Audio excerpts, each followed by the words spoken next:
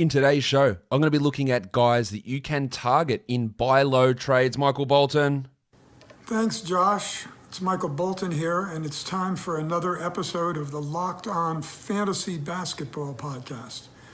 Let's get to it. Let's get to it, indeed.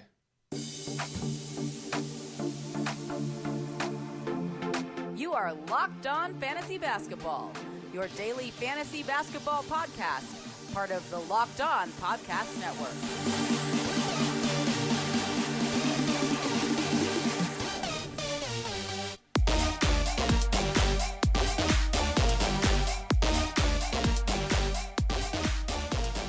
Hello and welcome to the Locked On Fantasy Basketball Podcast, brought to you by Basketball Monster. My name is Josh Lloyd and I am the lead fantasy analyst at basketballmonster.com and at Yahoo Sports Australia. And you can find me on Twitter as always at redrock_bball and on Instagram at Locked On Fantasy Basketball. As I said today, we are looking at buy low trade targets. Now, as with all of these mini shows, this is not exclusive.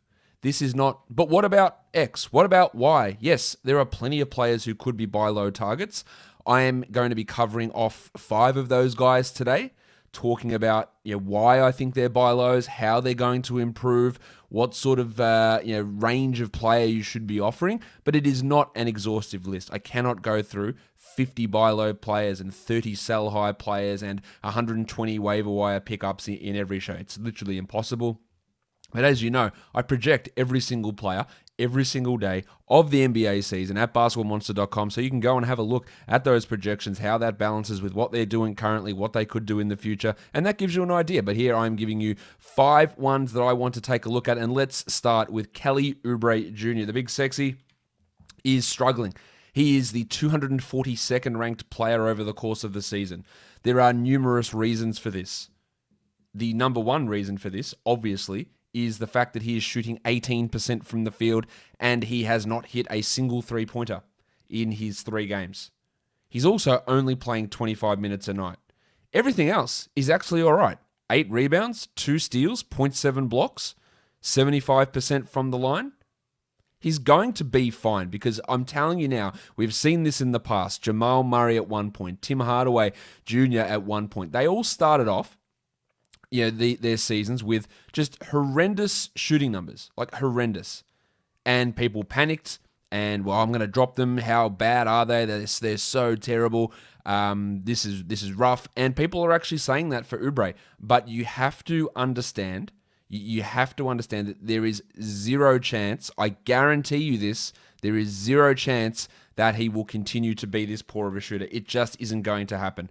I was much lower on Oubre than a lot of people. You saw in the ADP battle videos that I had, or podcasts that I had, where people were debating, and on the other side, I think in 2 of them, they had Oubre over other players, and I wasn't as high on him. But he's going to be a top 100 player. He will be probably a top 80 player. He will not shoot this poorly, and when he doesn't shoot this poorly and the Warriors aren't getting their ass kicked, he won't also play 25 minutes a night. So there is a big jump coming up. Now, Oubre gets dropped in some leagues. You can go and add him. Like that's easy. If he's dropped, he's an automatic add. Right? Any league, every single league, he is an add if he is dropped. But with how he is being treated by some, you can throw a Jordan Clarkson that way. You can throw if someone has Delon Wright, throw that. He is being treated terribly. That's just a bad way to say it, but he is just being completely undervalued. Dante DiVincenzo, I would much rather have Kelly Oubre, and I like DiVincenzo. I'd rather Dylan Brooks. That is an absolute automatic trade for me to get. And then when you look at the rankings, Brooks is the 86th ranked player. Oubre is 242nd, but I would take Oubre every day of the week there. DeAndre Hunter, give me Oubre. And you might think these are crazy, but you don't know the shit that I see that people tell me about that does happen. So this is where I'm trying to gauge it on bulk opinions on players. You can get Kelly Oubre really low. Paul Washington Jr. Now, PJ's had some struggles. There's no doubt about that. He's the 188th ranked player so far. He's averaging 12 and 7. That's fine. But 39% from the field, 50% from the line, and 17% from 3. They are rough numbers. He's blocking 1.3 shots. He's giving you 7 rebounds. He's getting a steal per game. His shooting numbers weren't great last year. I think he was like 65 from the line and 40 odd from the field. But that's a far cry from a true shooting of 43% where he currently sits. He is going to be probably a top 100 guy. Again, has been dropped in some leagues, so you can go and add him in a lot of situations. But you look for him for those guys at the back end of your roster. That's where you try and get him. You try and trade for that guy. Otto Porter. I'm not even sure Otto Porter's a must-roster player, but if you've got him, and I would try to get PJ Washington, there's definitely a possibility in being able to achieve that. You just got to find the right player. He is that back-end guy, Seth Curry for PJ Washington. I'd probably take Seth. I'd probably take PJ. That's the point of this. I'd probably take PJ there. TJ Warren, another J, another initial name. Tony Warren is the 185th ranked player. He's played just 29 minutes a game. He's not being dropped anywhere, so you don't have to worry about that. And the plantar fascia issue has been a problem, but he played big minutes in the last couple of games. He is a player that I think at times does get overrated, but at this point, his current ranking has him significantly underrated. And I think you should be looking at him as a top 70 player at worst as we move forward. Now, the ideal scenario is you get a sell high player and you sell him off for a buy low player. And then you get a double win on any sort of transaction. So I think you should be considering something like that for Warren. There is some concern with the foot for sure, but the last two games have given me some pause. For example, if I want to just look at rankings, Josh Richardson's the 66th ranked player so far. Yeah, I would trade Richardson for Warren in a heartbeat. That's probably not something that's going to be pulled off all that much. But if Duncan Robinson, he's the 59th ranked player so far. Give me TJ Warren every day of the week. That's the sort of thing at this point when we're 2-3 games in where people might be beholden to rankings, which can be really skewed at the best of times, let alone this early into the season. That's the sort of move you should be going for. Jeremy Grant, somehow, is the 51st ranked player. I'll take TJ Warren over him every day. Yusuf Nurkic, there has been a lot of panic about Yusuf Nurkic. He is the 170th ranked player so far. 2 games in, he's averaging 13 and 7 with only half a block. Okay, there's a couple of reasons why he's down this low. 28 minutes a night, number one. Now, he barely played in the opener, which was not good. He was getting destroyed by Rudy Gobert, and he didn't look good out there. But the game against Houston, he played 35 minutes, and it was an overtime game, but that still means he played 30 minutes in regular time, which is fine. He's averaging 7 boards and 4.5 assists. That is the beauty of Yusuf Nurkic, is he gets assists as a big man. And we can see where he can improve. 50% from the field on 4 attempts per game is dropping him way down the rankings.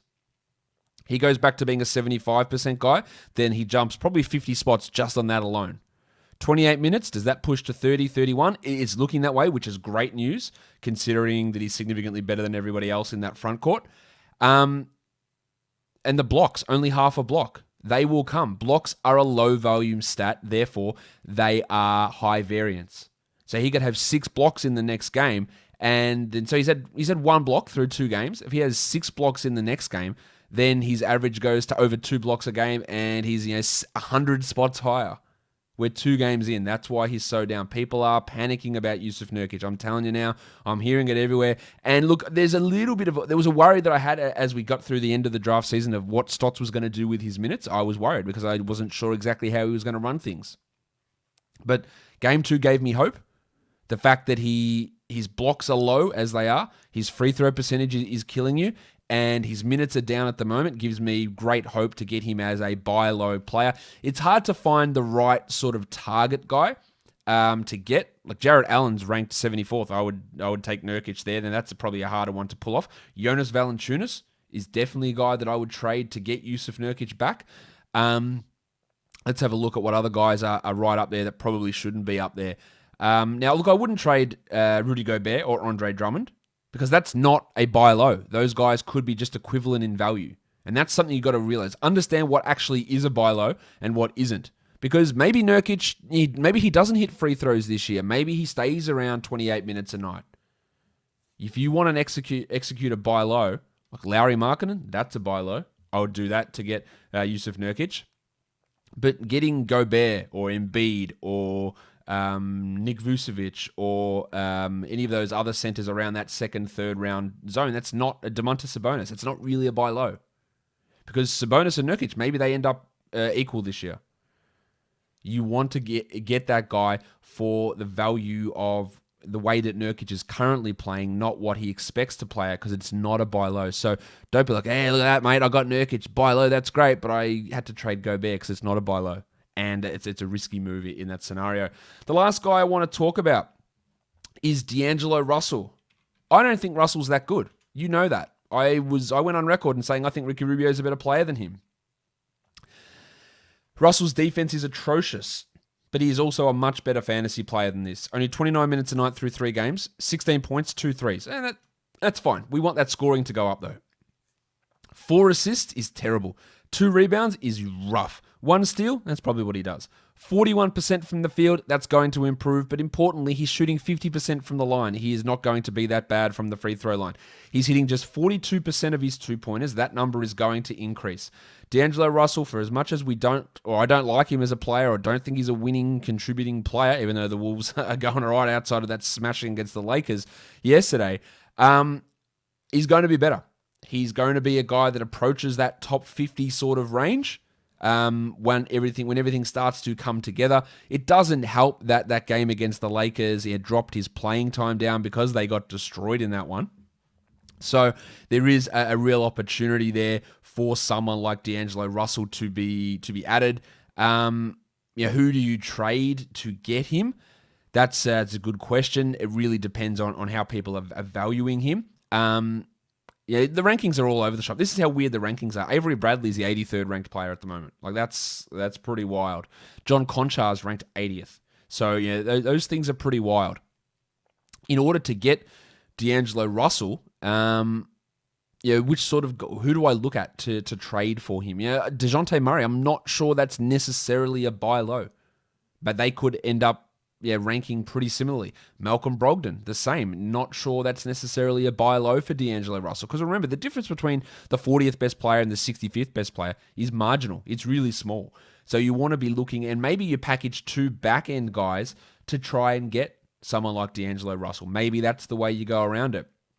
Maybe Marcus Smart, who I do really like this year, but maybe Marcus Smart's a guy that you can give up to get D'Angelo Russell, although Smart's not playing particularly well at this point. If you wanted just to chuck a couple of other buy low names in there at the moment, just if we're going off rankings, Giannis is the 94th ranked player. He will obviously be better than that. Some other names that are appearing to me here. Chris Paul is 75th. LeBron is 73rd. Yeah, so they're going to be better than that. Fred VanVleet's 62nd. Who else? Devin Booker's 53rd. So there is some value in a number of buy low players. That'll do it for this little mini show. I'll be back later today to recap Monday's action. I'll also be doing my DraftKings First Look over on Al Zeidenfeld's channel. You'll see my What to Watch For video coming out later today as well, previewing the 10 games for Tuesday. Guys, subscribe Apple Podcasts, Google Podcasts, Stitcher, Spotify, and on YouTube. Guys, we are done here. Thank you so much for listening, everyone. See ya.